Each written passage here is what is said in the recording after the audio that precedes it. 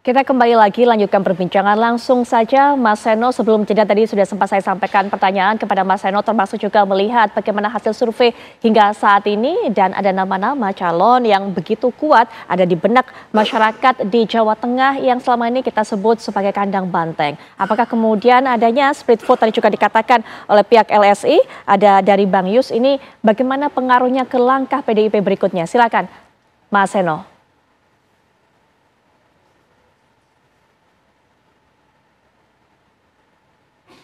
Diungkapkan, dipublis oleh teman-teman LSI.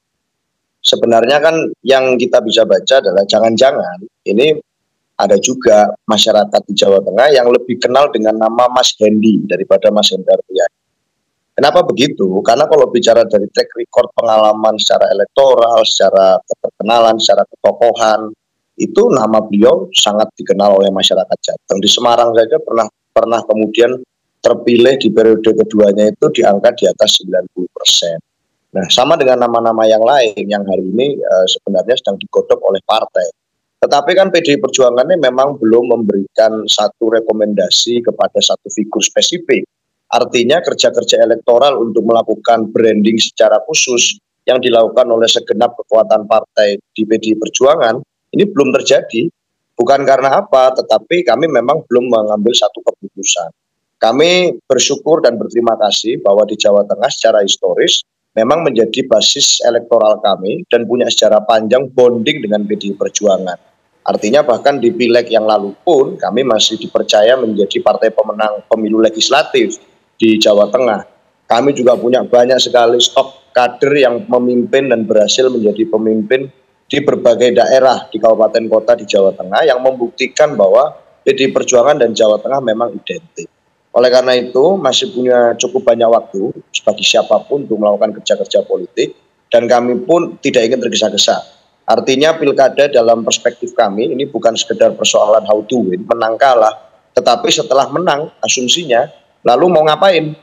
Memimpin Jawa Tengah dengan populasi yang sangat besar, dengan permasalahan yang begitu kompleks, saya rasa tidak bisa dilakukan eksperimentasi main-main. Harus dengan calon yang punya latar belakang yang jelas, pengalaman memimpin yang jelas, dan kalau dari nama-nama yang muncul dari internal PDI Perjuangan, saya rasa itu mewakili track record pengalaman panjang di bidangnya masing-masing. Mas Hendi pengalaman sebagai eksekutif wali kota 2 periode dan kepala LKPP, misalnya ada nama Mas Bambang Pacul juga sangat moncer di legislatif. Kemudian kemarin muncul nama baru yang diusulkan dari bawah, ada Pak Andika Perkasa misalnya, yang itu punya pengalaman merombak berbagai macam sistem yang lebih progresif di tubuh militer sebagai Panglima TNI.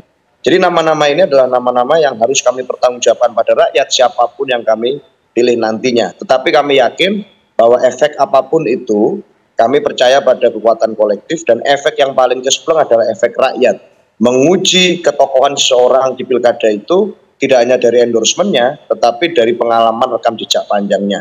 Memang logikanya adalah logika ketokohan. Bukan semata-mata logika dukungan kelompok, dukungan orang, atau bahkan dukungan partai tertentu, tetapi ketokohan dari masing-masing orang itu saya rasa di pilkada sangat berpengaruh. Itu Mbak Putri. Sudah ada nama-nama dari PDIP, tapi memang masih dalam proses penggodokan, penjaringan dan sebagainya. Termasuk juga tadi dikatakan Mas Seno, yang paling penting saat ini dipikirkan bukan hanya meraih kemenangan, tapi apa yang dilakukan setelah itu.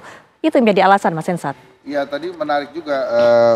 Memang nama aslinya Mas Hendi kan Hendardi itu. Kemudian mungkin masyarakat lebih kenal Hendi gitu ya. Nah ini sekarang yang menjadi penting adalah dari hasil surveinya LSI ini, memang pada saat top of mind itu nama Kaisang nggak ada gitu ya. Tapi pada saat disodorkan ternyata nama Kaisang itu cukup juga menjadi pusat perhatian dari masyarakat. Jadi artinya memang konsolidasi internal PDI Perjuangan itu penting sekali dan kemudian memunculkan nama dari awal. Sehingga tidak tertinggal dengan nama-nama yang sudah beredar saat ini gitu ya, seperti ada nama Mas Kaisang, kemudian ada Pak Ahmad Lutfi, tadi saya sebut Bre di Solo, ada Heri Wibowo di Klaten dan lain-lain. Nah artinya kalau kemudian konsolidasi PDI Perjuangan ini terjadi, bisa menampilkan atau memunculkan nama-nama yang sudah firm dan ajak gitu ya, mereka bisa melakukan kerja-kerja politik gitu. Karena kan waktunya ini tidak lama lagi, hanya sekitar 3 bulanan, 4 bulanan ya, untuk dalam rangka menuju pencoblosan itu. Nah sekarang juga PDI Perjuangan terhadap nama Kaisang bagaimana? apakah kemudian ada konsolidasi lagi yang bisa membuat akhirnya nama-nama selain jago PDI Perjuangan itu bisa unggul. PDI Perjuangan pernah unggul dari nama yang waktu itu sangat mentereng di Jawa Tengah dan incumbent, namanya Bibit Waluyo. Waktu itu yang didorong adalah seorang Ganjar Pranowo yang pada saat masuk tuh elektabilitasnya kalau saya tidak salah 4%. Karena dia dari Komisi 2 kemudian ditugaskan oleh partai di Jawa Tengah dan kemudian selama waktu penggojlokan ya atau menuju pencoblosan itu konsolidasi rapat dilakukan oleh PDI Perjuangan dan akhirnya sosok Ganjar Pranowo ini bisa unggul dari incumbent Bibit Waluyo. Waktu itu yang menjadi komandan tempurnya tuh komandan pemenangannya saya ingat Puan Maharani waktu itu. Dan apakah kemudian hal itu akan diulang lagi gitu ya, karena nama Ahmad Lutfi kalau misalnya ada Kaisang ya bisa saja mereka jadi satu pasangan gitu.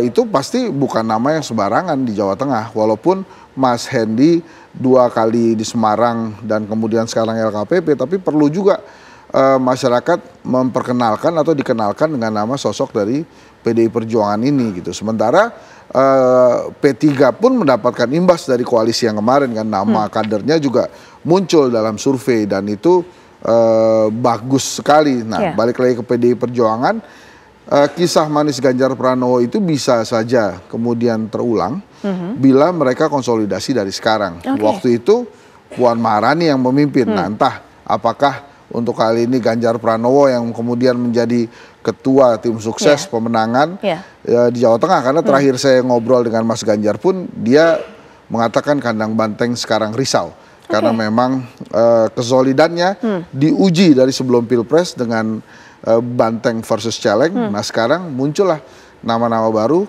yang dekat dengan Jokowi, seorang kader PDI Perjuangan yang dibesarkan oleh PDI Perjuangan, kemudian sama-sama kita tahu meninggalkan PDI Perjuangan di Pilpres kemarin. Baik, Mas Seno, konsolidasi harus dilakukan lebih awal jika ingin kembali mengulang kisah manis yang ditorehkan oleh Mas Ganjar Pranowo, Mas Seno.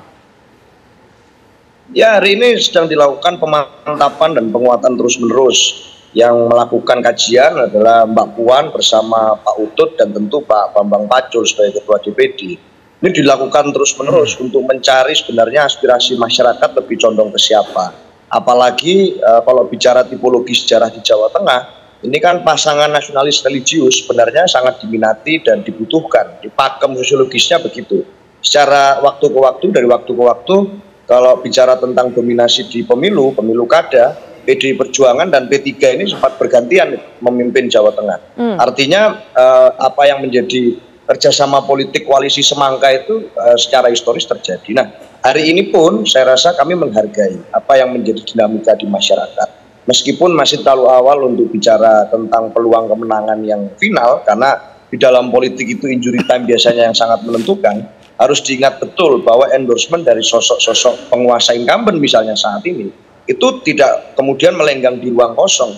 Kalau bicara tentang masyarakat muncul misalnya isu tentang dinasti politik, pakarnya kan Bung Yuske Nawas ini. Artinya ada situasi yang bukan ruang kosong dari setelah Pilpres sampai ke Pilkada ini. Ada berbagai ujian dari masyarakat terhadap pemerintah atau penguasa saat ini, yang itu akan menguji apakah efeknya masih akan tetap sama enggak dengan Pilpres kemarin. Kebocoran data yang terjadi kemarin di pusat data nasional, kemudian isu tentang tapera, berbagai isu yang kontroversial di tengah masyarakat, itu kan tentu akan mempengaruhi bagaimana efek endorsement dari tokoh-tokoh tertentu yang identik dengan kekuasaan, itu apakah masih sama manjurnya dengan pada saat Pilpres dan Pileg 2024. Saya rasa ujian itu akan terjadi dan dinamika sekian bulan ini akan terus berubah. Dan PDI Perjuangan tidak ingin tergesa-gesa untuk mengambil langkah daripada kejengkang. Saya rasa itu, Mbak Putri. Baik, ada isu-isu menarik tadi yang dimunculkan oleh Mas Seno, Bang Yus, dan dikatakan tadi apakah kemudian isu-isu yang terjadi belakangan ini setelah kemudian Pilpres ini terjadi bisa memberikan pengaruh juga, cukup kuatkah kemudian Jokowi efek setelah adanya isu-isu yang cukup dikritisi oleh masyarakat, Bang Yus? Isu tersebut memang ada, apalagi yang harus diingatkan ini pilkadanya masih November. Pada saat nanti kan kalau kemarin mungkin Pak Jokowi bisa berkantor hampir sebulan penuh kali ya di Jawa Tengah dan ada berbagai program yang dijalankan di Jawa Tengah, nanti kan itu pilkadanya di November ketika Pak Jokowi sudah tidak lagi menjabat gitu. Tapi memang yang harus diingat berdasarkan hasil survei LSI juga ada kecil memang jumlahnya, ada 9,5% masyarakat yang melihat bagian dari kerabat politisi atau tokoh politik itu menjadi satu pertimbangan dalam mempengaruhi keputusan mereka untuk mendukung siapa. Tapi benar apa yang dikatakan oleh Mas Seno dan juga dikatakan oleh Mas Hensat, saat ini tuh masih sangat cair posisinya. Belum ada tokoh yang mendeklar secara pasti berpasangan dengan siapa, dan semuanya masih saling menerka satu sama lain.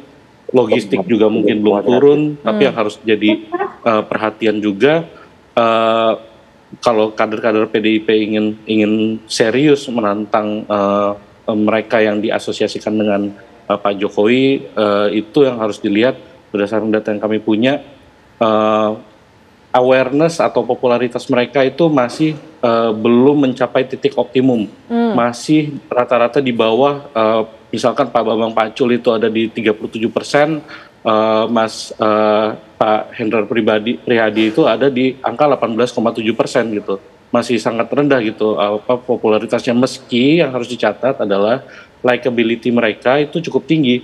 Pak Hendrar misalkan meski hanya 18,7%, tapi likability-nya itu paling tinggi, mencapai 70,1% gitu. Jadi ada PR banyak bagi PDIP ke depannya jika ingin benar-benar menantang geng Solo ini di Jawa Tengah untuk meningkatkan popularitas mereka terlebih dahulu dan kemudian mempersolid basis akar rumput yang selama ini mungkin dalam pilpres atau pilpres kemarin itu terpecah gitu.